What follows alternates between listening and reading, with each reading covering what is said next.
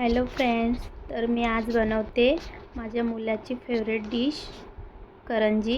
त्याच्यासाठी तेल गरम केलं, त्याच्यात मी काजू बदाम ॲड केले, त्यांना चांगलं भाजून घेतलं। मग रवा टाकला, रवा पण मी थोडा भुजून घेतला।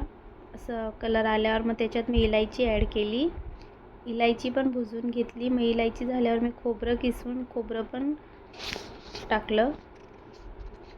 मग गूळ पिघळायला ठेवला गॅसवर।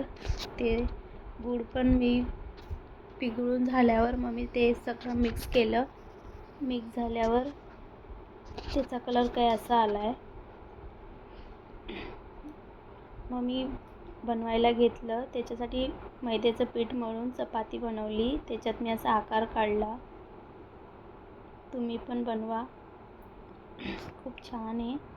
हे बघा, तुम्ही बघू शकता कसं बनवतात। मग ते असं बनवून असे रेडी झाले। मग मी गॅसवर तेल गरम केलं, त्याच्यात मी फ्राय करायला ठेवलं। स्लो गॅसवरच फ्राय करायचं, मग ते मधून जळून जातात। बघा किती छान दिसत आहेत, कलर किती छान आला आहे।